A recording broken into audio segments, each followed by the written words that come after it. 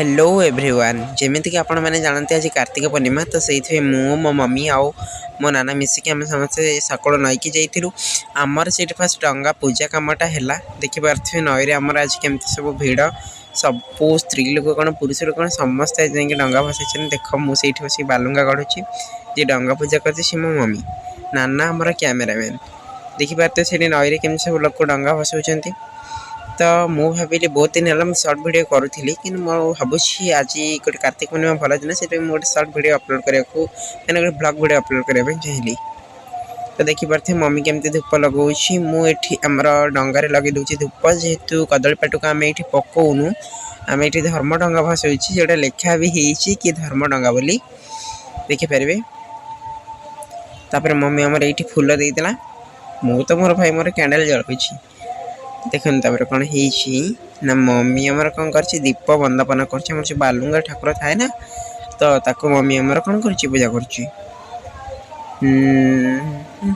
कर एमती किस समय चलला देन आम कौन कलु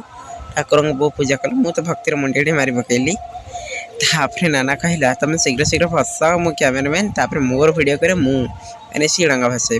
तो तापर मु मोर धर्म डंगा आम समस्त को देखे देकी कैमेरा रे गली डंगाटा को बहुत सुरखुरी भसई देकी आसली से मुझे गीत गाँव आ का माँ बई पान गुआ थोई पान गुआ तोर मासक धर्म मोर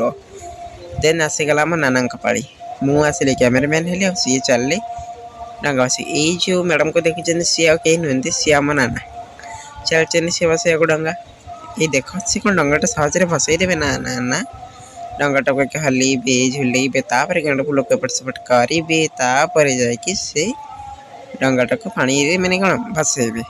देख के समय लगुच भसैप आम वेट करवा जाओ फाइनाल डंगा भसा सरला एबे जिबा आम नई रे आम चौरा माँ वृंदावती पाख आम जा टे दर्शन करवा। अरे शीघ्र चलो डेरी हो जाऊँ कम बाबा कि डंगा गुड़ा तो ये देख एबे आसीगले आम माँ वृंदावती देख आम सका सका पाहांतिया कुहुड़ी आम मारे नईर केमती भ्यूटा आस देखु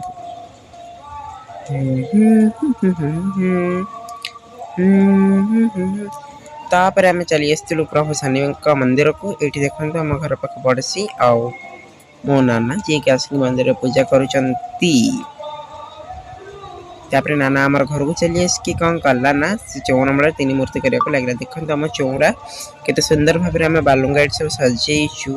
तो आपण आड़े एमती वृंदावती चौरा पाखे बालुंगा हुई कि निहांती कमेंट करेंगे और जेहेतु ये मोर फास्ट ब्लॉग मुझे चाहे सब शॉर्ट बड़े आपण मैंने बहुत भल पाइबे। धन्यवाद।